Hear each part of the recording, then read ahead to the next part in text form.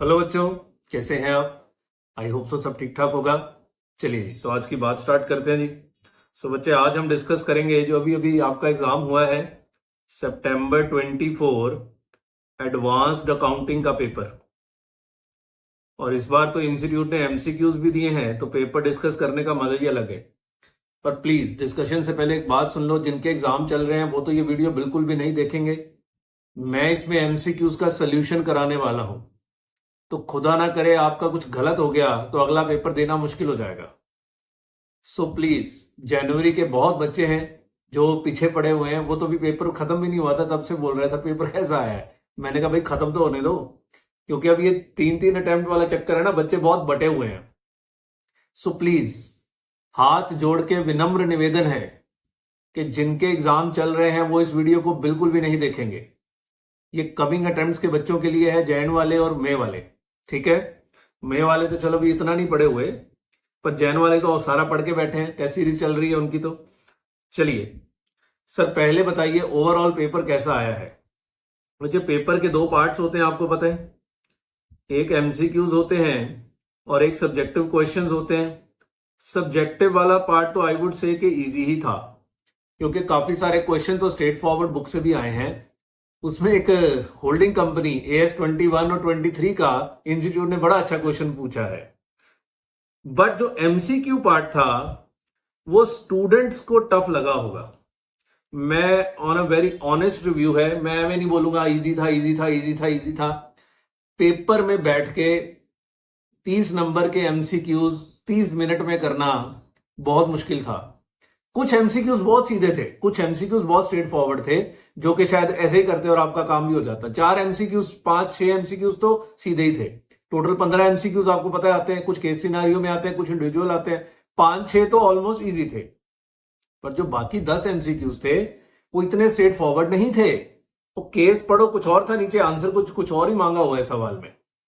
बड़ा मिक्स सा बनाया गया, किसी ने घर पे बैठ के बनाए हैं, ये बस लिखता गया लिखता गया लिखता गया और नीचे उसने क्वेश्चन छाप दिए। जिसने भी बनाए हैं पर अच्छे थे, कॉन्सेप्चुअल थे, काफी ज्यादा हाईली कॉन्सेप्चुअल थे, बड़ी चीजों को मिक्स करने की कोशिश की गई। आइए स्टार्ट करते हैं। ओवरऑल अगर पेपर को बोले तो एवरेज पेपर था, बहुत इजी भी नहीं था तो बहुत मुश्किल भी नहीं था, क्योंकि सब्जेक्टिव क्वेश्चंस तो इजी थे और एमसीक्यूज भी आधे एमसीक्यूज तो बहुत स्ट्रेट फॉरवर्ड थे, आधे एमसीक्यूज में हो सकता है आपको दिक्कत आई हो। आइए हम एमसीक्यूज पहले करते हैं। अगर एमसीक्यूज पे टाइम लगा हम उसको सॉल्व करेंगे जी एमसीक्यूज को, क्योंकि एमसीक्यूज सॉल्व करने जरूरी है, बच्चे बहुत पीछे पड़े हुए हैं। तो फिर दो पार्ट्स में वीडियो बनाते हैं, पहले एमसीक्यूज कर लेंगे। अगर टाइम लग गया एमसीक्यूज को, मैं भी आपके साथ ही करूंगा, मैंने जस्ट एक लुक दिया है। देखते हैं कितना को टाइम लगता है एमसीक्यूज करने में, फिर उसके बाद हम सब्जेक्टिव पेपर की तरफ चलेंगे। वैसे इस बार जो एमसीक्यूज आए ना वो 30 के नहीं आए हैं। 14 नंबर का AS21 का क्वेश्चन भी काइंड ऑफ एमसीक्यू ही है। इधर देखो, इधर देखो, उन्होंने 14 नंबर में ये देखो कितनी चीजें मांगी है। ये देखो, ये एमसीक्यू ही है और क्या है। ये देखो, ये 14 नंबर में ये सब कुछ मांग लिया है उन्होंने। तो मैं इसको भी एमसीक्यू ही बोलूंगा, क्योंकि बैलेंस शीट तो बनानी नहीं पेपर में।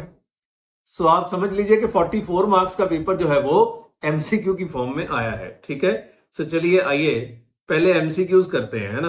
अच्छा, केस सिनारियोज ऊपर नीचे थे। किसी बच्चे का पेपर मैंने देखा, उसका केस सिनारियो 1 कोई और था, इसमें कोई और था। क्योंकि अब आए ही पहली बार बाहर है, हमने भी इसी बार ही देखे हैं। ये पहला केस कुछ हद तक ठीक था, मतलब एम से मिक्स सा किया गया है चीजों को। ठीक है, थोड़ा अजीब लगेगा आपको पढ़ते हुए, और फिर नीचे जो क्वेश्चंस पूछे हुए हैं उसको देख के तो और भी अजीब लगता है। आइए जरा पढ़ते हैं क्या कह रहे हैं। पहले हमेशा क्वेश्चंस पढ़ो, मैं हमेशा कहता हूं एमसीक्यूज में क्वेश्चन पढ़ो। तो देखो पहला सवाल क्या है, what would be the value of closing stock of raw material X and finished goods as on 31 March 2024। तो AS2 का क्वेश्चन है। रॉ मटेरियल का वैल्यूएशन फिनिश गुड्स पे डिपेंड करता है। If finish goods are expected to be sold at cost, हम पूरे solve करेंगे, एमसीक्यूज हम पूरे सॉल्व करेंगे, फिर सेकंड पार्ट में हम सब्जेक्टिव क्वेश्चंस की वीडियो बना देंगे, पर पहले एमसीक्यूज करते हैं। ठीक है, raw materials are valued at cost or replacement cost, whichever is lower, if finished goods are expected to be sold below cost। जबकि finished goods का वैल्यूएशन होता है कॉस्ट और NRV whichever is lower। Cost of self constructed asset पूछा है as per AS10। तो AS10 का self constructed assets का वैल्यूएशन होता है किस पे, एक्चुअल कॉस्ट इनकर्ड पे। जो भी आपकी एक्चुअल कॉस्ट इनकर्ड होती है वही आपके सेल्फ कंस्ट्रक्टेड की वैल्यू होती है। फिर एज पर AS16, ये तो इनकी पुरानी आदत है, मिक्स करेंगे ये AS16 को किसी के भी साथ। What will be the amount of interest to be capitalised and amount of interest to be charge to P&L account. देखो मैं भी आपके साथ ही पढ़ रहा हूं, अगर आपको मेरे सोल्यूशन में कोई गलती लगे तो प्लीज मुझे कमेंट सेक्शन में जरूर बताइएगा कि सर आपने ये गलती कर दी है, क्योंकि मैं भी आपके साथ ही कर रहा हूं। ठीक है, सो अभी तो पेपर हुआ है, तो AS 16 का पूछा है, और what will be the carrying amount of investment as per AS 13 and suggest the treatment of dividend received from P limited. तो आप देख रहे हो चारों MCQs अलग अलग AS में से पूछे गए हैं। सो चलिए आइए देखते हैं सवाल क्या है। सो क्वेश्चन पढ़िए जरा एक बार। मैं फिर कह रहा हूं, जिनके एग्जाम हैं वो प्लीज ना पढ़ें, ना देखें, इस वीडियो को बिल्कुल ना देखें। ठीक है। Mister Vikram took a loan of ₹6 lakh carrying interest at 10% per annum on 1 August 2023 to purchase raw material. तो लोन लेके 10% पे 1 अगस्त को उसने रॉ मटेरियल खरीदा है। अब ऐसा क्वेश्चन आपने कभी किया ही नहीं है, ये नया सवाल। MCQ सारे नए ही आते हैं, क्योंकि हम तो कहते हैं लोन लेके एसेट कंस्ट्रक्ट कर लिया, एसेट परचेज कर लिया, पर हम बात करते हैं क्लास में कि एज पर AS 16 के बोरिंग कॉस्ट प्रोडक्शन में भी कैपिटलाइज होता है, तो उसने इन्वेंट्री खरीदी है। He purchased 4000 units of raw material at 125 per unit. 4000 unit खरीदे हैं, 125 रुपए का एक। Replacement cost of raw material है 100। तो रॉ मटेरियल का डाटा मुझे मिल गया। रॉ मटेरियल की कॉस्ट है 125 रुपए, रिप्लेसमेंट कॉस्ट है 100 रुपए, और रॉ मटेरियल के 4000 यूनिट्स क्या किए गए हैं, परचेज किए गए हैं। Labour charges and variable overheads incurred are 1 lakh to produce 1000 units of finished goods. लो जी, फिनिश्ड गुड्स के उसने 1000 यूनिट्स बनाए हैं और उसके ऊपर लेबर चार्जेस इनकर करे हैं कितने, 1 लाख रुपए के। 1000 units of finish goods are produce, दोबारा बोल रहे हैं, यहां भी बोला था कि 1000 यूनिट, यहां फिर कह रहे हैं 1000 units of finish goods are produced with raw material. For every unit of finish goods produced 2 units of raw material are required. तो इसका मतलब रॉ मटेरियल 2000 यूनिट लगा होगा, 1000 यूनिट बनाने में 2000 यूनिट का रॉ मटेरियल लगा होगा, और 2000 यूनिट के रॉ मटेरियल की कॉस्ट कितनी है, 125। सो फिनिश गुड्स की कॉस्ट निकालनी पड़ेगी ना, नीचे वैल्यूएशन करना है, तो इसलिए मैं साथ साथ ही कर रहा हूं। तो तभी मैंने पहले क्वेश्चन पढ़ लिए थे। तो फिनिश गुड्स बनाने पे लेबर लगी है 1 लाख, रॉ मटेरियल लगा है 2.5 लाख। ठीक है, दोबारा रिवाइंड करके देख लीजिएगा, ये क्लास नहीं चल रही है, पेपर सॉल्व हो रहा है। NRV दी हुई है फिनिश गुड्स की 300। All the finish goods produced are lying in the stock. वो कह रहे हैं जितने भी 1000 यूनिट बनाए हैं वो सारे गोडाउन में पड़े हुए हैं। चलो ठीक है, सो यहां तक तो AS2 का डाटा हो गया। फिनिश गुड्स की कॉस्ट आ चुकी है 3.5 लाख रुपया। 3.5 लाख 1000 की कॉस्ट है, तो पर यूनिट की कॉस्ट आ गई कितनी, 350। तो कॉस्ट आ गई 350। NRV कितनी है, NRV है 300। तो विच एवरेज लोअर कितना, 300। तो फिनिश गुड्स की वैल्यूएशन तो NRV पे है 300, और 1000 यूनिट्स हैं, तो फिनिश गुड्स की वैल्यूएशन हो गया 3 लाख रुपया। ठीक है, दोबारा रिवाइंड करके देख लो जिसको देखना है। फिनिश गुड्स का वैल्यू हो गया 3 लाख रुपया। Now since the finish goods are expected to be sold below cost, then raw material will be valued at cost और replacement cost which average lower. तो रॉ मटेरियल का वैल्यूएशन होगा किस पे, 100 पे। अब रॉ मटेरियल के 4000 यूनिट खरीदे थे, 2000 आपने कंज्यूम कर लिए, क्या 2000 बचे हैं, देखते हैं क्वेश्चन में और कुछ तो नहीं लिखा है। There is no opening stock of raw material and finish goods. Opening stock तो कोई नहीं है। Mister Vikram used 1500 unit of raw material to construct an asset qualifying asset. लो जी, कुछ रॉ मटेरियल उसने एसेट कंस्ट्रक्शन में भी यूज कर लिया है। ये कौन सी कंपनी होगी जो रॉ मटेरियल से एसेट बना रही है, जो मर्जी हो ना, हमें क्या लेना है। तो 2000 बचे थे, 4000 खरीदे थे। MCQ है तो MCQ की तरह ही करेंगे ना, 4000 खरीदे थे, 2000 यूज कर लिए थे, 1500 यहाँ यूज कर लिए, 500 बचे, 500 इंटू 100, तो रॉ मटेरियल का वैल्यूएशन हो गया कितना, 50,000। तो फिनिश गुड्स का वैल्यूएशन 3 लाख, रॉ मटेरियल का 50,000। आइए देखें आंसर कहां है। Closing stock of raw material 50,000, finish good 3.5 lakh. No, closing stock 50,000, closing stock of finish good 3 lakh, ये आंसर लग रहा है। ठीक है, हाँ यही है, 50,000 और 3 लाख। ठीक है, सो ये आंसर होना चाहिए। बाकी आप मुझे बताइएगा कि सर आपने सही किया है या गलत किया है। ठीक है, सो ये पहला क्वेश्चन था जहां ये आंसर लग रहा है। मैं भी आपके साथ तेज तेजी कर रहा हूं, आगे बढ़ते हैं। फिर कह रहा है 1500 यूनिट खरीदे हैं क्वालिफाइंग एसेट बनाने में, तो ये सेल्फ कंस्ट्रक्टेड एसेट आ गया AS 10 वाला। तो 15, उसकी भी कॉस्ट पूछी थी सवाल ने। तो 1500 यूनिट ऑफ रॉ मटेरियल 125 रुपए का एक था। तो बताओ 1500 unit into 125, sir inventory add होगी कंस्ट्रक्शन कॉस्ट में, क्यों नहीं होगी भाई, खर्चा है 187,500। Labour and other charges incurred on construction 90,000, तो ये भी ऐड हो जाएगा आपका। Self constructed PP 90,000। 1500 इंस्टॉलेशन का पे किया है, वो भी ऐड हो जाएगा। अब क्योंकि ये क्वालिफाइंग एसेट है और इन्वेंट्री के लिए आपने लोन लिया हुआ था, तो आपको 187,500 पे इंटरेस्ट को कैपिटलाइज भी कराना पड़ेगा। 187,500 पे ब्याज कैपिटलाइज कराना पड़ेगा। भाई ये मुश्किल सवाल है। ठीक है, सो 187,500 पे into capitalisation rate 10% specific borrowing है, इंटू पीरियड 1 अगस्त। सवाल बताना भूल गया कि एसेट रेडी टू यूज कब हुआ है, बताया नहीं सवाल में, तो क्या मानेंगे? लास्ट डे पे रेडी टू यूज हुआ होगा, तो 1 अगस्त से 31 मार्च, 8 महीने, अप्रैल में जून जुलाई गए, 4 महीने गए, तो 8 महीने का ब्याज क्या होगा? कैपिटलाइज होगा। थोड़ा फास्ट बोल रहा हूं, फास्ट भी बोलूंगा ना क्योंकि सॉल्व भी कर रहे हैं ना, इसमें क्या करना है, इंटू 8/12, तो 12,500 का लग रहा है कि इंटरेस्ट क्या हो जाएगा? कैपिटलाइज। तो एसेट की कॉस्ट कितनी आती है? सेल्फ कंस्ट्रक्टेड एसेट की कॉस्ट कितनी आती है? सेल्फ कंस्ट्रक्टेड एसेट लग रहा है कि 3,05,000। बाकी आप मुझे बताइएगा, मेरे हिसाब से तो ये आंसर है, 3,05,000 शुड बी द आंसर। ठीक है, सो लाइव सॉल्व कर रहे हैं आपके साथ, लाइव आइसक्रीम की तरह। आगे बढ़िए। फिर वो पूछ रहा था, और कौन सा क्वेश्चन था? AS 16 के मुताबिक बताओ कितना इंटरेस्ट कैपिटलाइज होगा और कितना P&L में जाएगा। तो कैपिटलाइज तो हमने निकाल लिया, 12,500। अब टोटल ब्याज कितना है? 6 लाख पे 10%, 8 महीने का ब्याज आपने पे किया है। सो 6 लाख पे 10% इंटू 8/12, 6 लाख इंटू 10% इंटू 8/12, 40,000 का इंटरेस्ट आपने पे किया है। अगर 12,500 ये रहा तो 27,500 होना चाहिए। It should be 27,500।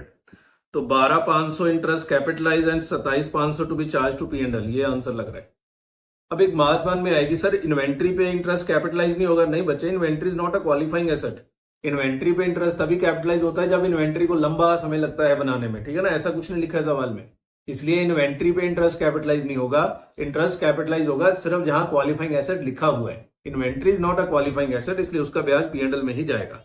ठीक है, और लास्ट क्वेश्चन था कि इन्वेस्टमेंट की कैरिंग अमाउंट बताओ एज पर AS 13। अच्छा ये कहां है? ये रहा।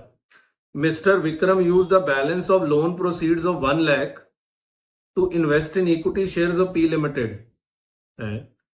6 लाख का लोन था, उससे तो तूने इन्वेंट्री खरीद ली मेरे भाई। नहीं नहीं नहीं, 4,000 इंटू 125। अच्छा, इन्वेंट्री खरीदी थी 5 लाख की, ठीक है ठीक ठीक है।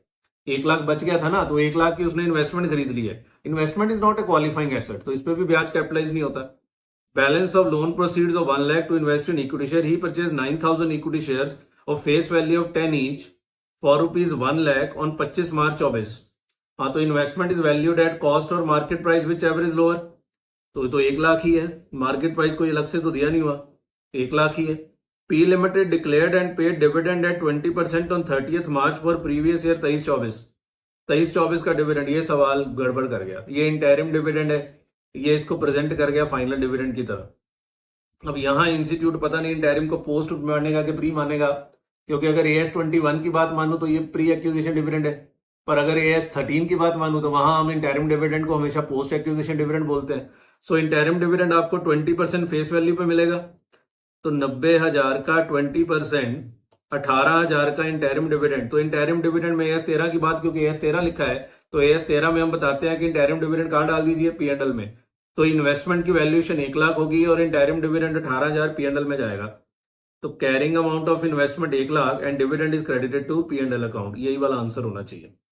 ठीक है, अगर मैं प्री मानता तो फिर D आंसर बनता है, पर वो प्री है नहीं है, क्योंकि AS 13 में हम इंटरिम डिविडेंड को क्या मानते हैं। अब पता नहीं ये लोग पंगा ना क्रिएट कर दे इस सवाल में, क्योंकि क्लैरिटी नहीं है।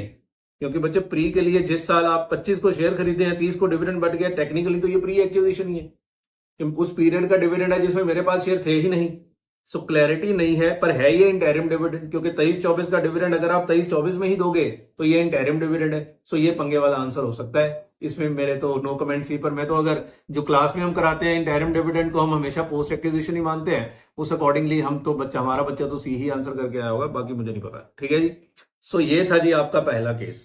सर इसको किस कैटेगरी में रखेंगे आप? थोड़ा टफ था, टफ इन द सेंस मतलब पेपर पॉइंट ऑफ व्यू से टफ था कि पेपर में बैठ के 15 मिनट तो देखो हमें भी पढ़ के सॉल्व करने में लग गए, सो बच्चे को तो बहुत ज्यादा समय लग जाएगा। और मैंने कुछ समझाया थोड़ा है, मैंने भी तो सॉल्व ही किया है ना। सो बच्चे को ज्यादा समय 15 नहीं तो 5-10 तो लगे ही हैं। सो बच्चे को इस पे ज्यादा समय लग जाएगा, हो सकता है उसने कुछ क्वेश्चंस को गलत भी किया हो।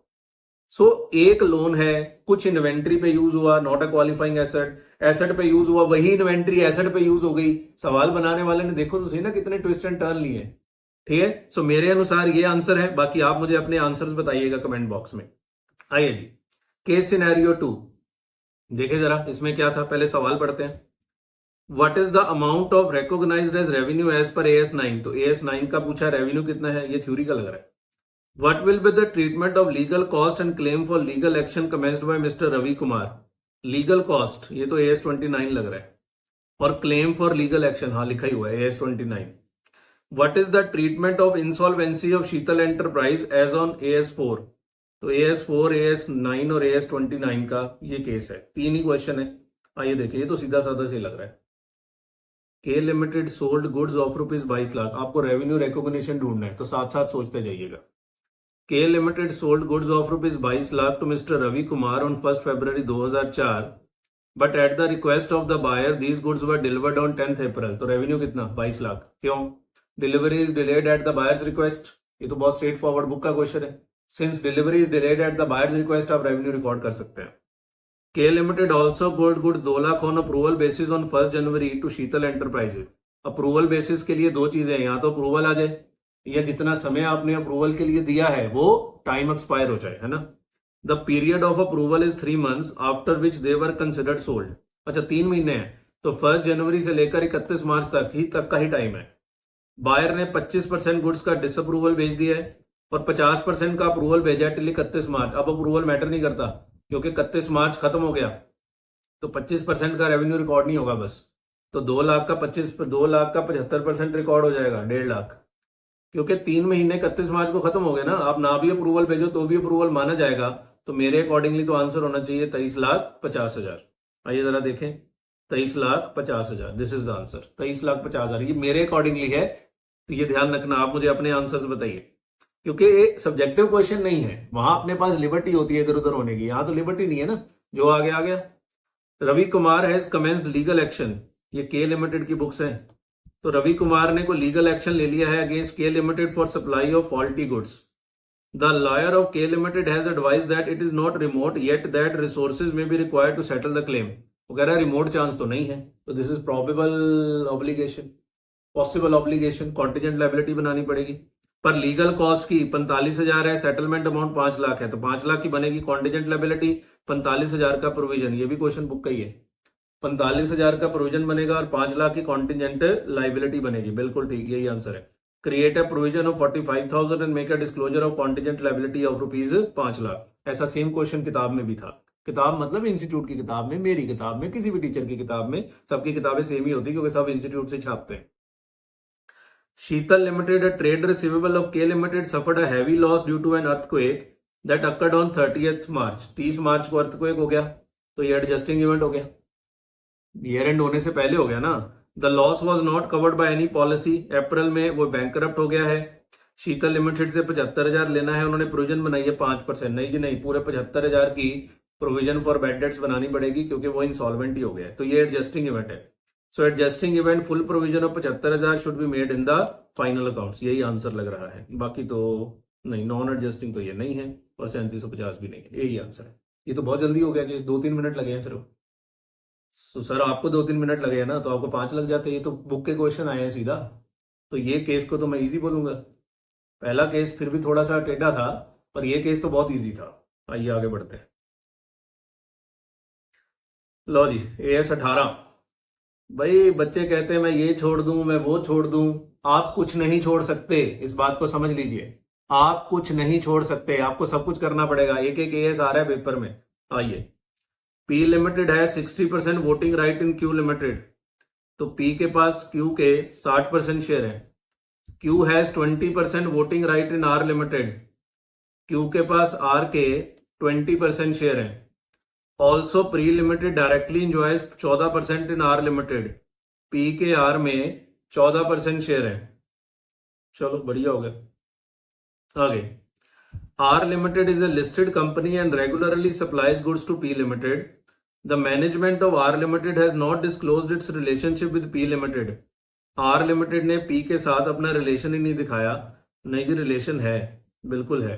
Which entity would you disclose as related party with reference to AS18? R limited की बात कर रहा है कि वो किस किस को, सॉरी किसके पॉइंट ऑफ व्यू से कह रहा है, अच्छा पी का.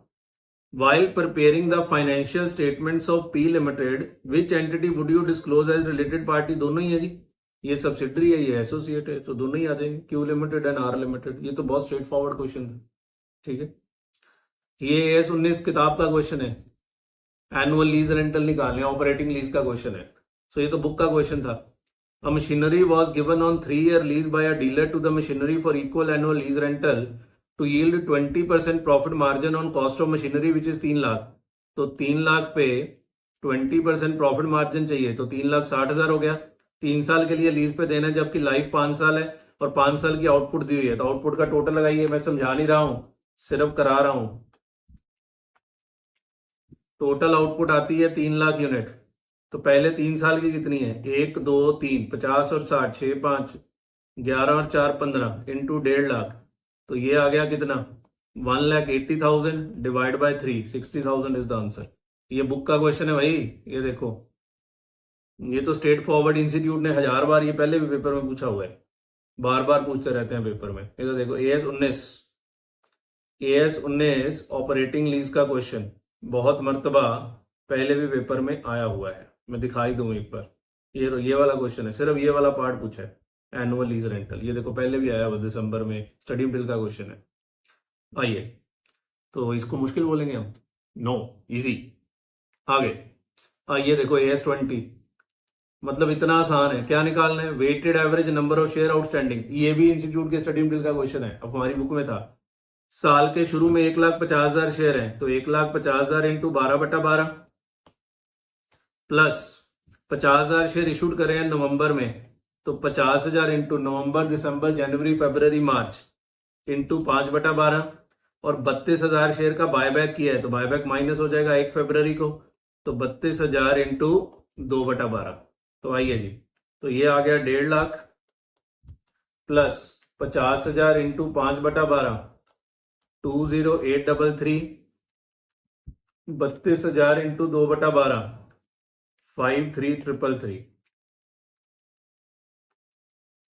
1,65,500 इज द आंसर. लो जी, ये भी बहुत इजी था. सो सिर्फ एक पहला ही तो केस आया है अभी तक जिसके 4 क्वेश्चन, और वो भी कोई इतना मुश्किल तो नहीं था. अगर आप अच्छे से, जितने लेवल पे हम आपको पढ़ा के भेजते हैं, अगर आपको पढ़ना है उस लेवल पे आपने पढ़ा है, तो फिर दिक्कत नहीं आनी चाहिए. हाँ, एक बात मैं कह सकता हूं, पेपर में बैठ के थोड़ी सी दिक्कत तो आती है. आइए जी, केस सिनारियो 3. बच्चे कह रहे हैं ये भी मुश्किल था. ये पढ़ने में कुछ और था, नीचे कुछ और ही मांगा हुआ था. आइए जरा, बहुत इजी था, ये बहुत इजी था.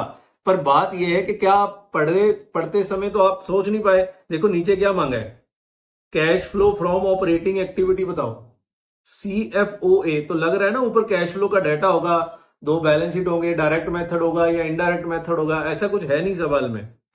Cash flow from investing activity बताओ और closing cash and cash equivalent का बैलेंस बताओ एज ऑन 1/4/23. ये अलग ही तरह का, जब घर पे बैठ के कोई हम चीज नहीं बनाते, ये वही है कि किसी ने घर पे बैठ के सवाल बना दिया है. Balance of equity share capital after internal reconstruction. मन में आएगा ये कैश फ्लो से सीधा इंटरनल रिकंस्ट्रक्शन, ऐसे ही है. ये था बहुत इजी, पर पढ़ने में थोड़ा सा अलग तरह का केस था. तो आइए जरा, बस ये 4 ही क्वेश्चन थे. पहले ये देखो कितना आसान है. Fixed assets held for sale will be classified in balance sheet as per schedule 3. Current asset जो हेल्ड फॉर सेल है शेड्यूल 3 में कहां जाते हैं, करंट एसेट. ये 2 नंबर देखो, ये सारे MCQ हो गए. इसके बाद सब्जेक्टिव क्वेश्चन, तो ये तो एक ही वीडियो में हो जाएगा, 2 बनाने नहीं पड़ेंगे. आइए जी, J Limited submits the following data extracted from the final accounts as on 31 March 23. 50,000 equity share of 10 each, P&L का debit balance 9% debenture loan from bank, advances given to supplier of goods, provision for tax, plant and machinery, furniture and fixtures. ये 31 March 23 के balances दिए हैं. Investment in Star limited 10,000 equity share of 10 each, sundry debtor, cash and bank balance. Additional information given by J Limited ऑन 31 March 2023, इसी दिन की बात चल रही है ना. J Limited decided to reconstruct the company for which necessary resolution was passed. वो नीचे इंटरनल रिकंस्ट्रक्शन का पूछा हुआ था ना, उसी की बात चल रही है. Accordingly, it was decided that 9% debentures to be settled in full by issuing them 15,000 equity share. Equity shareholder will give up 40% of their capital in exchange for allotment of new 11% debenture. Balance of P&L to be written off. Equity share issued for rupees 1 lakh. ये तो 4 points internal reconstruction के दिए हैं. In addition to the above, following information was also presented by J Limited on 1/4/23. अब वो अगले दिन का डाटा दे रहा है. अब आप बताइए मुझे ये कौन सी एक्टिविटी है, क्योंकि यही एक्टिविटीज दिए हैं बस सवाल में. Interest is received on advances given to supplier. तो सप्लायर और कस्टमर से रिलेटेड सब कुछ क्या होता है, ऑपरेटिंग एक्टिविटी में प्लस होगा 3,000. इंटरेस्ट रिसीव्ड प्लस है 3,000 operating activity. Taxation liability 14,000. Operating activity का आउटफ्लो होगा कितना, 14,000. Unless otherwise specified. Income tax paid कौन सी एक्टिविटी है, operating activity. A debtor of 40,000 is insolvent और 40% रिकवर हो गए हैं. तो 40,000 का 40% 16,000. Again cash flow from operating activity. Debtor से पैसा मिला, कौन सी एक्टिविटी है, operating. Dividend is received on investment 1 पर इक्विटी शेयर. इधर देखो आपके पास 10,000 शेयर थे तो 10,000 का आपको डिविडेंड मिला है. Investing activity 10,000. Part of plant and machinery sold at a loss of 3,000. Book value 15,000. तो sale of plant investing activity कितना, इनफ्लो 12,000. बुक वैल्यू 15 है, 3 के लॉस पे बेचा है. ठीक है, आइए अब देखते हैं. सर यही था, हाँ ये देखो 9% debentures to be settled in full by issuing 15,000 equity share non cash. Equity share will give up 40% of claim और उसके बदले में डिबेंचर ले लिए non cash. Balance of P&L return of non cash. Equity share issued financing activity. Financing activity सारे activities को मिला के देखिए, ये 3 तो नॉन कैश थे. ये एक है बस जहां 1 लाख रुपए आपको फाइनेंसिंग एक्टिविटी का कैश में मिला है और एक आपके डिबेंचर थे तो आपने ब्याज दिया होगा 2 लाख का 9%. तो 2 लाख का 9% कितना, 18,000. ये भी आपकी क्या बनती है, फाइनेंसिंग एक्टिविटी. और कुछ भी नहीं था सवाल में. एक बैलेंस शीट देख के आप कैश फ्लो कैसे बना लोगे, उसके नीचे P&L भी तो चाहिए होता है अगर डायरेक्ट मेथड लगाना है तो इतना ही सवाल था बस. तो जितनी बड़ी बैलेंस शीट क्यों दी है पता नहीं. आइए जरा देखें क्या मांगा है. Amount of cash flow from operating activity बताओ कहता. तो ऑपरेटिंग एक्टिविटी में क्या क्या था हमारा बताओ.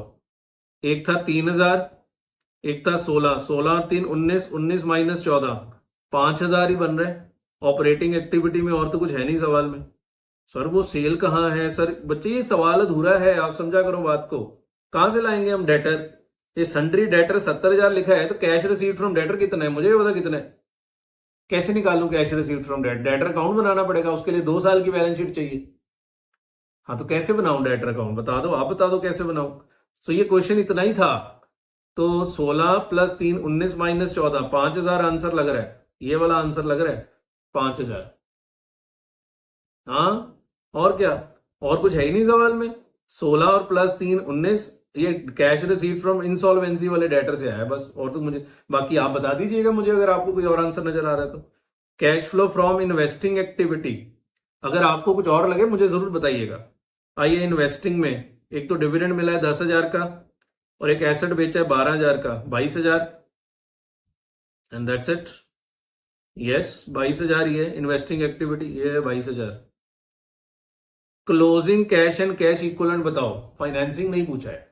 Closing cash and cash equivalent में आता है cash in hand, cash at bank और short term investments. Short term investments तो है नहीं सवाल में. अब देखो ओपनिंग कैश एंड बैंक आपके पास कितना है 65,500.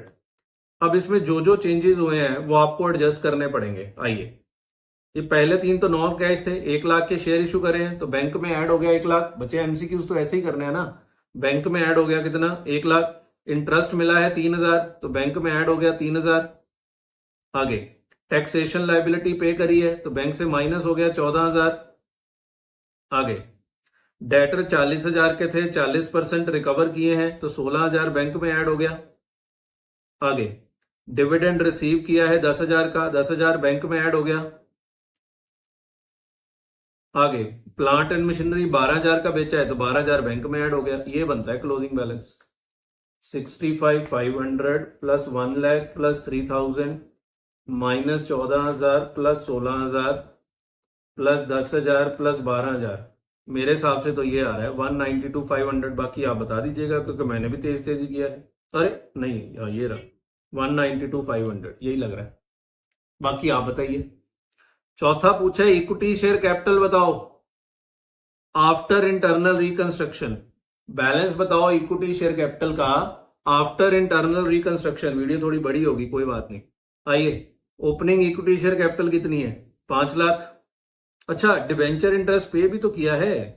अगर 192 500 में 18,000 माइनस करें तो 174 500 आता है, तो है ऑप्शन। नहीं, सवाल ने डिबेंचर इंटरेस्ट नहीं लिया, क्योंकि 192 500 में अगर मैं 18,000 का डिबेंचर इंटरेस्ट भी लूं, 18,000 ही है ना?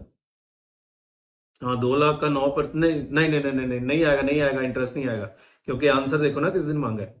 1/4 को मांगा है, पहले दिन ब्याज थोड़ा पे करोगे। ठीक है ठीक है, ठीक ठीक ठीक। 192 500 ही है, ब्याज नहीं आएगा। अरे पहले दिन ब्याज दे देना है, 1/4 को आंसर मांगा है उसने। चलो इक्विटी शेयर कैपिटल का बैलेंस बताते हैं। शेयर कैपिटल का opening balance 5 lakh. 9% debentures to be settled in full by issuing 15,000 equity share of 10 each, तो 1.5 लाख शेयर और इशू कर दिए।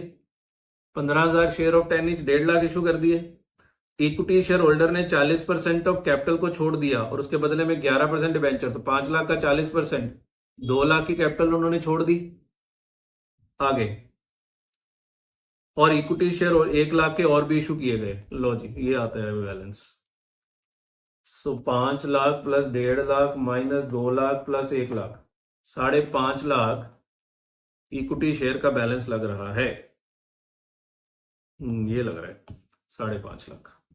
सो ये थे जी आपके सारे के सारे एमसीक्यूज। तो मुझे बताइएगा कि क्या गलती हुई इसमें। सो आइए,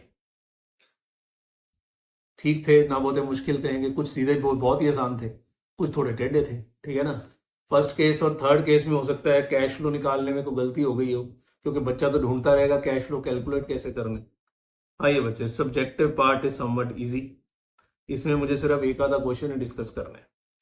पहले 4 नंबर का AS 26 का बहुत इजी क्वेश्चन आया है। जर्नल एंट्रीज मांगे हैं अमोर्टाइजेशन के लिए, तो बहुत आसान सवाल है, 31 मार्च 2014 के। सो कंपनी ने पेटेंट राइट खरीदे हैं 340 लाख के 1/4/22 को। एस्टिमेटेड लाइफ कितनी है? 4 साल। अमोर्टाइजेशन कह रहे हैं एस्टिमेटेड कैश फ्लो की रेशो में करेंगे, तो 22-23 आपका पहला साल हो गया। आपको 23-24 दूसरे साल का निकालना था, तो दूसरा साल आ गया 340 lakh into 350 divide by total 1190। So 340 divide by 1190, ये तो कोई पॉइंट में आ रहा है, इंटू 350, नहीं 100 आ रहा है एग्जैक्ट। तो 100 लाख को राइट ऑफ करने की एंट्री डालनी थी, चाहे तो एक ही डाल दो, P&L account debit to intangible asset, नहीं तो 2 डाल दो, amortisation account debit to intangible asset और P&L account debit to amortisation. फिर ये तो हमने किया हुआ है कि वो कह रहा है मैंने अभी तक अमोर्टाइज किया ही नहीं है, तो फिर हम उसको ओपनिंग जर्नल रिजर्व या ओपनिंग रिटेन अर्निंग्स में एडजस्ट करते हैं। सो ये बुक का ही क्वेश्चन था, बहुत आसान सवाल। कितने नंबर का?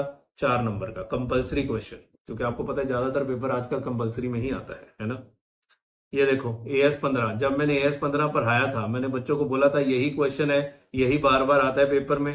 प्लान एसेट दिए हैं, बेनिफिट्स पेड दिए, इनवर्ड कंट्रीब्यूशन और फेयर वैल्यू प्लान एसेट दिए, नीचे वो चारों दिए, एक्सपेक्टेड रिटर्न और एक्चुअल रिटर्न। तो जब मैंने पढ़ाया था क्लास में, तो मैंने तभी बता दिया था कि AS 15 जब से मैं जब पास हुआ था CA फाइनल में, मुझे भी यही क्वेश्चन आया था। पता नहीं AS 15 को इस क्वेश्चन से इतना प्रेम है, इतना प्रेम है, इतना प्रेम है कि बताना मुश्किल है। इधर देखो बुक में 2 बार था ये क्वेश्चन, मैंने जानबूझ के 2 बार डाला हुआ है। ये देखो, एक तो स्टडी मटेरियल का ये 10.25 भी रखते हैं, चेंज भी नहीं करते। इधर देखो ये यहाँ 10.5 है, याद है वो रूट करके आधे साल वाला आंसर हम निकालते होते हैं।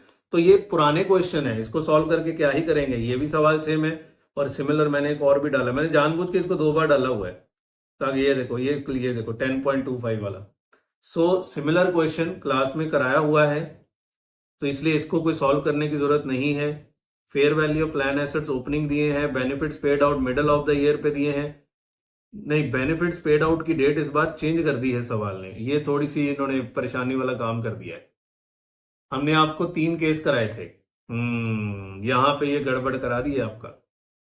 सर ये कौन सी भाषा है, छोड़िए ना। हमने आपको 3 केस कराए थे, paid at the beginning, benefits paid और कंट्रीब्यूशन सेम डेट पे, यहां इन्होंने डेट चेंज कर दी है। तो ये थोड़ा सा ध्यान से करना था बस। हमने कराया था beginning of the year, end of the year, middle of the year, तो यहां इन्होंने मिडल को चेंज करके 30-11 कर दिया। इसको तो मिडल ही रखा है, पर इसको 30-11 कर दिया है।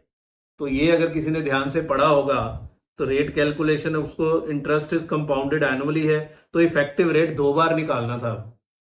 एक बार रूट करके निकालना था। ओहो, ये बच्चा गलत कर रहा होगा, ऊपर से देखने में ये सेम लगता है, तो शायद आप सेम ही कर रहे होगे। नहीं नहीं नहीं बच्चे, नहीं, ये सेम नहीं था सवाल। ये 2 बार रेट निकालना था, एक बार 6 मंथ्स का चाहिए था, एक बार 9 मंथ्स का चाहिए था। 30-11 कितने महीने बनते हैं? हाँ 9 मंथ्स, नहीं 9, 8 महीने। तो 8 महीने का रेट निकालना था। सर 8 महीने का रेट कैसे निकलेगा बच्चों? उसके लिए एफएम का जो डर्टी पावर हम सॉल्व करते हैं, बाप रे बाप। पता नहीं अब ये इनसे गलती से हुआ है कि क्या हुआ है, मुझे नहीं पता, पर ये मुझे तो कोई गड़बड़ लग रही है सवाल में, क्योंकि ये तो रेट निकालने में गलती हो जाएगी, क्योंकि कंपाउंडेड एनुअली ब्याज दे दिया है। कंपाउंडेड एनुअली है तो हाँ ठीक है, कंपाउंडेड एनुअली है तो 6 मंथ्स का आधा तो हो नहीं सकता, ये गलत हो गया। या तो फिर ये ऐसे करने वाले हैं, देखना, ये 10.5 6 महीने का इंटू 6/12 कर देंगे और 8 मंथ्स का इंटू 8/12 कर देंगे, पर वो टेक्निकली गलत है, क्योंकि जब इंटरेस्ट कंपाउंडेड एनुअली होता है तो साल का रेट इतना होता है। अगर 6 महीने का डिवाइड बाय 2 करोगे तो साल का रेट ज्यादा आ जाएगा। जो एफएम पढ़ चुके हैं वो मेरी बात को समझ पाए हैं, टाइम वैल्यू ऑफ मनी में मैं ये कराता हूं। तो मुझे तो गड़बड़ लग रही है इस सवाल में। अब देखो क्या आंसर आता है इसका, सो धीरे से पता लगेगा कि क्या आंसर करता है इंस्टीट्यूट इसका। बाकी तो क्या कर सकते हैं, इंस्टीट्यूट चेंज करता है क्वेश्चन को आजकल। आगे बढ़िए, ये 5 नंबर AS22, अगेन बुक का क्वेश्चन, हमारी बुक का सेकंड क्वेश्चन था ये। कंस्ट्रक्शन कॉन्ट्रैक्ट के हम ये मेथड लगाते हैं, इनकम टैक्स वाले ये लगाते हैं, डेफर टैक्स, एसेट और लायबिलिटी बताना है। ये बहुत इजी क्वेश्चन था। देखो ये स्ट्रेट फॉरवर्ड बुक से आए हैं क्वेश्चन सारे के सारे, ये तो देखो। और वहां तो AS15 में तो इन्होंने चेंज भी किया, पर यहां इन्होंने कोई चेंज नहीं किया। AS22 में इन्होंने सिमिलर क्वेश्चन पूछा है। तो वीडियो थोड़ा लंबा बनेगा क्योंकि पेपर पूरा बड़ा है ना। हाँ जी, ये वाला क्वेश्चन आया है स्टडी का, स्टडी मटेरियल का, ओमेगा लिमिटेड वाला, ये क्वेश्चन आया है पेपर में। आइए जी, इसमें तो मुझे कोई चेंज नहीं लग रहा, ये तो स्ट्रेट फॉरवर्ड क्वेश्चन था। इसमें मुझे पंगा लग रहा है कि इंस्टीट्यूट अब इसको कैसे करता है, देखते हैं। मुझे तो लग रहा है ये यही करेंगे, इंटू 6/12 इंटू 8/12, क्योंकि अदरवाइज 8 महीने का इफेक्टिव रेट निकालना मुश्किल हो जाएगा। आइए जी, 14 नंबर का financial statements, company final accounts का क्वेश्चन आया है। वही बुक से क्वेश्चन उठाया सस्पेंस अकाउंट वाला, उसमें 1-2 तड़के अपने लगाए और सवाल बना दिया। ये सस्पेंस अकाउंट वाला क्वेश्चन पता नहीं कितनी बार आया है, पर एग्जैक्टली सेम नहीं होता है। हर बार ये कुछ ना कुछ चेंज करते हैं। जैसे इधर देखो, बुक में ये सस्पेंस अकाउंट वाले क्वेश्चन कहाँ थे, इधर देखो, मैं दिखाता हूं आपको। ये मैं उनसे बात कर रहा हूं जो जिनके पेपर आगे हैं, जनवरी में है, जो पेपर दे चुके हैं वो ना देखें इसको, मैं बार बार कह रहा हूं, क्योंकि उनको तो बताना पड़ेगा ना कि कैसा पेपर आया है, उन्होंने तो देना है। सो इधर देखो,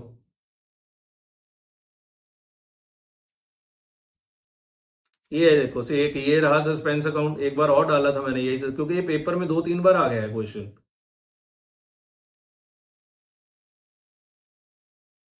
कहाँ गया कहाँ गया कहाँ गया, होगा जरूर होगा। ये देखो, नहीं नहीं नहीं, यहाँ नहीं है, यहाँ नहीं है, कहीं ना कहीं। ये देखो सस्पेंस अकाउंट, ये देखो, ये भी एग्जाम का ही क्वेश्चन था, जुलाई 21 में आया था। तब उन्होंने ये शेयर कैपिटल वाला पॉइंट, फोरफीचर वाला पॉइंट डाला था। इस बार ये पॉइंट हटा के इन्होंने बोनस का पॉइंट डाल दिया है। तो मिक्स करता है इंस्टीट्यूट, देखो पुराना क्वेश्चन उठाते हैं और मिक्स करते हैं। ट्रायल बैलेंस दिया है, ट्रायल में हमेशा इसमें क्लोजिंग स्टॉक होता है। हम कहते हैं जो ये जो परचेज होती है, एडजस्टेड परचेज है, लिखा हुआ है COGS है, याद होगा जिन्होंने ये क्वेश्चन क्लास में किया था। 14 नंबर का क्वेश्चन है। अब ये देखो, कंपनी ने बोनस शेयर इशू करे, कह रहा है एंट्री डालना भूल गया, तो बोनस की एंट्री करनी, हमने बायबैक में बोनस को अच्छे से किया हुआ है। Authorise share capital revaluation same point है। डिविडेंड डिक्लेयर किया, कुछ नहीं करना, जर्नलिज्म में ट्रांसफर किया, कर दो। सस्पेंस अकाउंट का सेम पॉइंट है, इसको सॉल्व नहीं करेंगे ना। डेप्रिसिएशन का same point, provision for tax का सेम पॉइंट।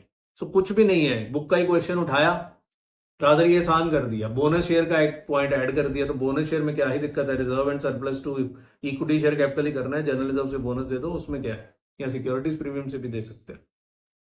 ठीक है जी, तो ये तो इजी क्वेश्चन था, इसको तो मैं मुश्किल नहीं बोलूंगा। अगर किसी को मुश्किल लगा तो माड़ी गल है, ये तो बुक का क्वेश्चन था। ज्यादातर सब्जेक्टिव क्वेश्चन किताब से आए हैं सीधे, ज्यादातर क्वेश्चन। आगे AS3 अगेन बुक का क्वेश्चन, बहुत आसान सवाल है, डायरेक्ट मेथड का क्वेश्चन, 7 मार्क्स, बहुत जल्दी होने वाला सवाल। टोटल सेल इतना है, कैश सेल इतना है, रिसीट फ्रॉम डेटर इतना है, तो क्रेडिट कस्टमर का रिसीट दिया है, डेटर अकाउंट बनाने की भी जरूरत नहीं है। टोटल परचेज 220 है, 80% क्रेडिट है, क्रेडिटर का बैलेंस दिया है, निकाल लो। सप्लायर्स वर पेड, सप्लायर का बैलेंस भी दिया है, क्रेडिटर की भी जरूरत नहीं है।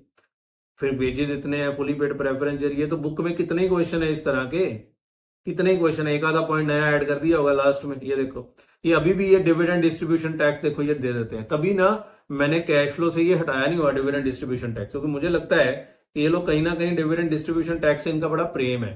दिखाऊं कौन सा क्वेश्चन है, हम इसको मिसलेनियस कैटेगरी बोलते होते हैं क्लास में, कि मिसलेनियस कैटेगरी का क्वेश्चन है ये। तो ये एज इट इज ये लोग डाल देते हैं। ये देखो डिविडेंड डिस्ट्रीब्यूशन टैक्स 17%, इसमें भी है। ये सारे एक जैसे ही सवाल हैं। ये वाला क्वेश्चन आया पेपर में, ये वाला क्वेश्चन है। ये देखो एम्प्लॉइज वर पेड, सप्लायर्स वर पेड, ये पहले नवंबर 16 में आया हुआ है क्वेश्चन। सो इसी तरह का क्वेश्चन है, उसमें से एक दो पॉइंट ये देखो, including dividend distribution tax of 2.7 crore, यहाँ कितना था, अरे 2.7 लाख, ये तो सेम ही लग रहा है। डिविडेंड 15 लाख, वो 2.7 लाख, अरे 15 करोड़ का लैक कर दिया बस। तो ये तो सेम ही बुक का क्वेश्चन है, तो सीधे सीधे क्वेश्चन आए हैं। 50 lakh interest was earned on advance payment to supplier of goods, operating activity, ये तो ऊपर एमसीक्यू में भी था, ऑपरेटिंग एक्टिविटी। और cash and cash equivalent opening दिया है, closing will be your balancing figure. अब इसको आप मुश्किल सवाल बोलेंगे? नो, अगेन बुक का क्वेश्चन, इजी क्वेश्चन, एमसीक्यूज ही थे, अदरवाइज तो बहुत ही आसान पेपर है। आगे बढ़ जाइए। ये बायबैक का, ये आज का तो क्या ही कराएंगे बताओ, हर सवाल में पूछता है मैक्सिमम परमिसिबल बायबैक बताओ।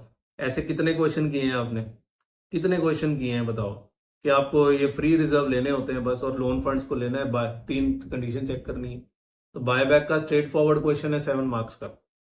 आगे अमेलगमेशन, आइए जी देखें इसमें कुछ नया point. Nice Limited, well Limited, share capital दी हुई है, reserve and surplus, long term borrowing, trade payable, short term borrowing, PP, non current investment, inventory, trade receivable. देखिए इसमें कुछ नया तो नहीं डाला इन्होंने, मैंने भी नहीं पढ़ा है, आपके साथ ही पढ़ रहा हूँ।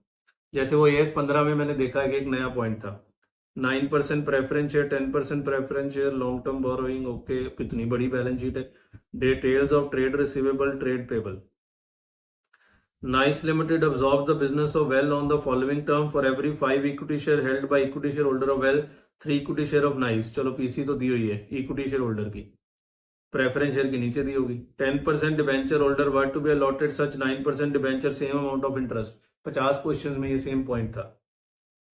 10% preference share of well are to be paid at 10% discount, PC।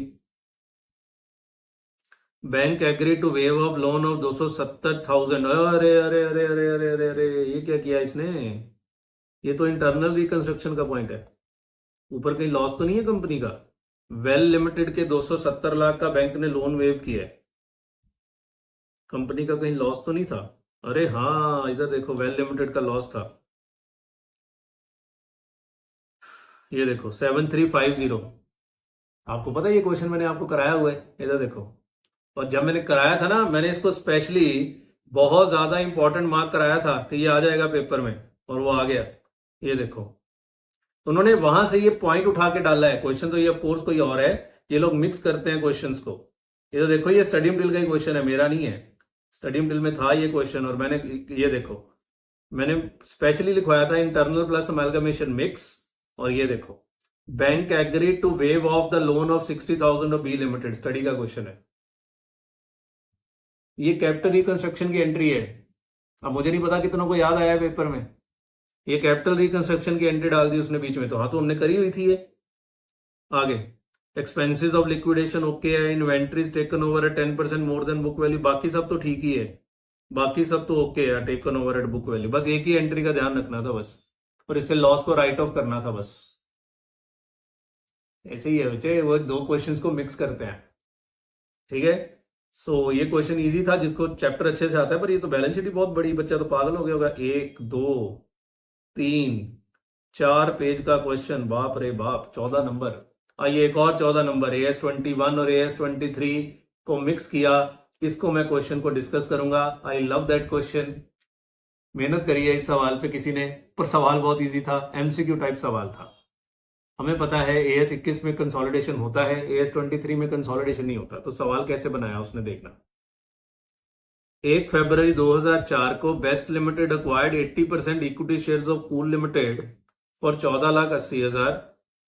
31 मार्च 2004 को best limited acquired 25% share of good limited for 3,80,000। सो ध्यान से देखो, 80% शेयर खरीदे हैं सब्सिडरी, 25% शेयर्स खरीदे हैं एसोसिएट। ये 1 फरवरी 2004 को खरीदे हैं, ये 31 मार्च 2004 को खरीदे हैं। ठीक है।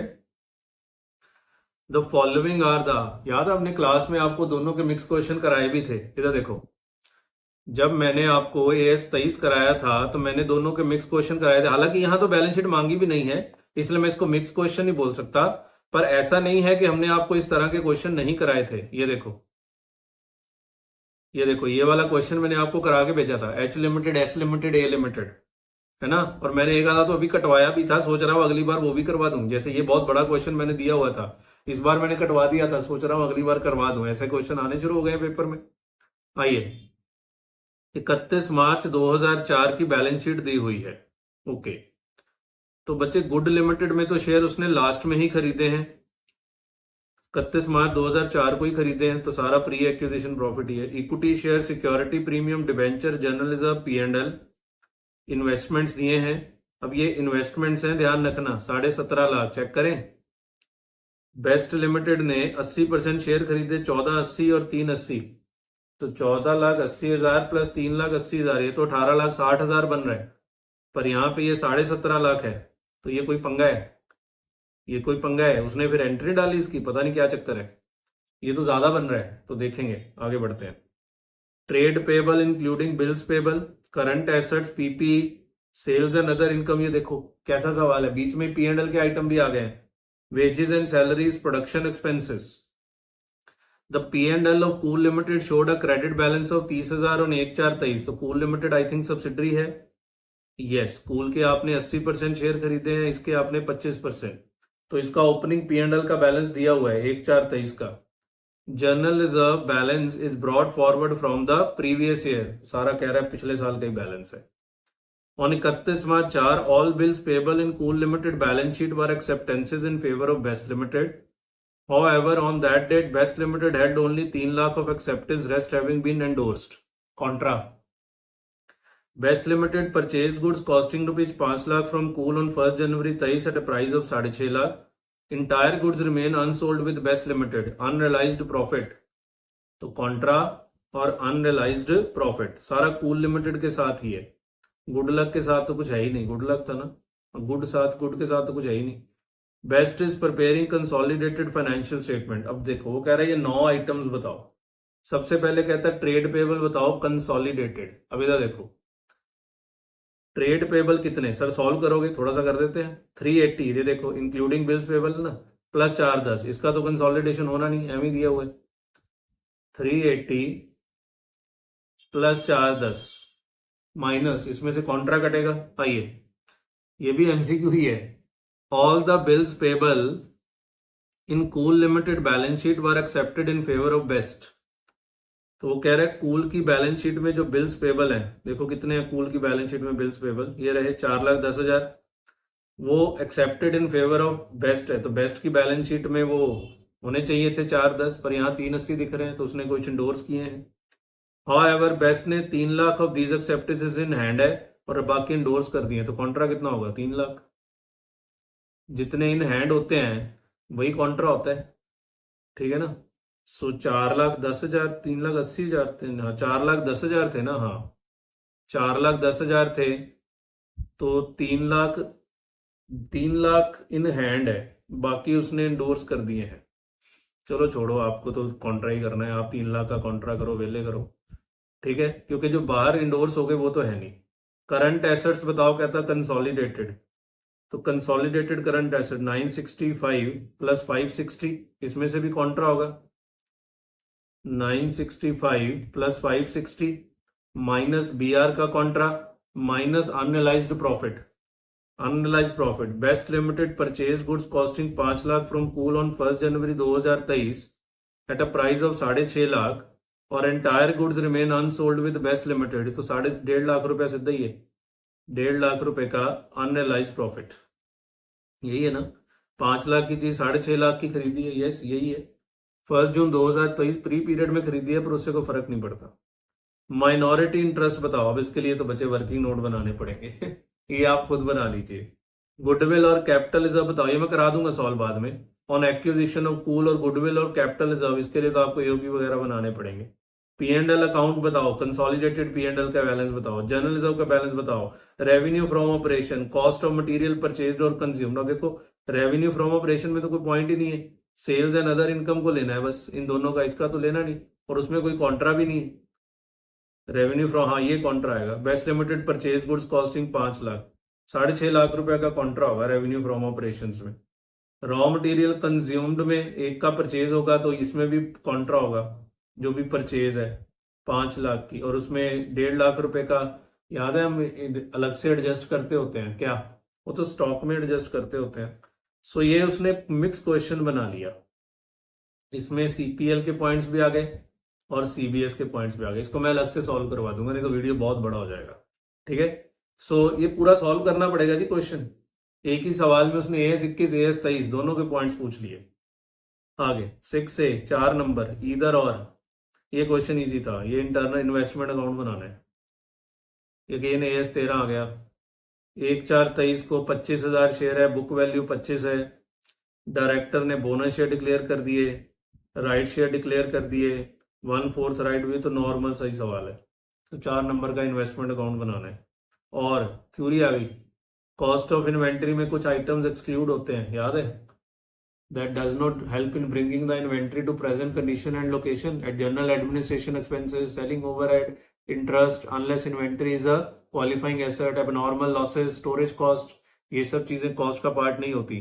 उसने थ्योरी पूछ ली, कुछ बच्चे पूछते होते हैं थ्योरी आती है, आलो कुछ भी आता है पेपर में। आई थिंक ये क्वेश्चन बुक में था, जहां तक मुझे ध्यान है, AS2 का थ्योरी क्वेश्चन था ये, देखो जरा, आपके लिए नहीं, मैं अपने लिए देख रहा हूं, मुझे लग रहा है ये क्वेश्चन बुक में था, क्योंकि जो पूछते हैं ना थ्योरी आती कि नहीं आती, अब देख लो अपने सामने आती कि नहीं आती, क्योंकि लास्ट में हमने थ्योरी क्वेश्चंस दिए होते हैं ना। ये देखो आ गया ना, ये देखो ये वाला क्वेश्चन है, in determining the cost of inventory exclude certain cost that are period in which they are incurred, provide example. ये स्टडी मटेरियल का क्वेश्चन है, देख लो, हेलो, ये आंसर भी दिया, वही अब normal loss, storage cost, administration, जो मैंने अभी बोले हैं। बहुत इजी क्वेश्चन था, बट चलो थ्योरी भी आती है पेपर में, ऐसे नहीं है भाई, डालने वाले के ऊपर है। अब ये क्या है, इंटरनल रिकंस्ट्रक्शन, फिर से नरेशन भी नहीं चाहिए, 4 नंबर का क्वेश्चन है, क्या ही होगा, अब ये खुद ही कर लीजिएगा, नॉर्मल सा सवाल ही लग रहा है। और ये ब्रांच का आ गया जी, ये भी बुक का क्वेश्चन था, ये भी बुक का क्वेश्चन था, ब्रांच का, ब्रांच पता नहीं लास्ट क्वेश्चन ही आ रहा है, पिछली बार भी लास्ट था, 6 नंबर का है, गुड्स आर, ये वाला आया, मैं बता दूं आपको, ऐसे बता देता हूं, बुक का ही क्वेश्चन आया ब्रांच का भी।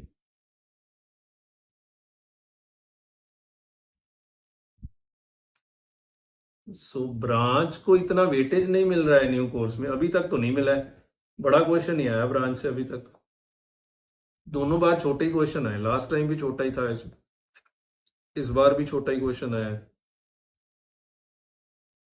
इंडिपेंडेंट ब्रांच में था ये क्वेश्चन मेरा डाला हुआ, इंडिपेंडेंट में कि डिपेंडेंट में था, शायद मैंने उसमें डाला था स्टॉक, ये वाला क्वेश्चन आया, ये वाला स्टडी का क्वेश्चन है, वही ब्रांच स्टॉक रिजर्व बताना है और प्रॉफिट अर्न बाय ब्रांच बताना है, वही ये देख लो, ब्रांच का स्टॉक रिजर्व बताना है और प्रॉफिट अर्न बाय ब्रांच बताना है, ट्रेडिंग एंड P&L बना के। तो ये इजी क्वेश्चन था ये, अब ठीक है क्या कर सकते हैं, चलिए जी। तो ये था जी आपका ओवरऑल पेपर, 1 घंटे का वीडियो बन गया है, अभी मैंने सारा सॉल्व नहीं किया, ये क्वेश्चन मन है सॉल्व करने का, चलो इसको मैं अलग से वीडियो अपलोड कर दूंगा पूरा बना के ना, इसको सॉल्व करके, क्योंकि अब नहीं तो और इसको आज सॉल्व करने में आधा घंटा लग जाएगा। सो हमने MCQ सारे देख लिए, ये पेपर कुछ क्वेश्चंस तो बहुत सीधे थे, आप कह दो कि कितने नंबर का पेपर आया है, 70 + 14, 84 + 4 नंबर की चॉइस, 88 ये हो गया, 30 ये हो गया, 118 नंबर का पेपर आया है, उसमें से 70 नंबर का पेपर तो इजी था, 70-80 नंबर का तो बहुत आसान था। ऊपर के 40-45 नंबर अब इतने तो देखो बनते ही हैं। बाकी गड़बड़ हुई होगी एस 15 वाले क्वेश्चन में, पक्की बात है।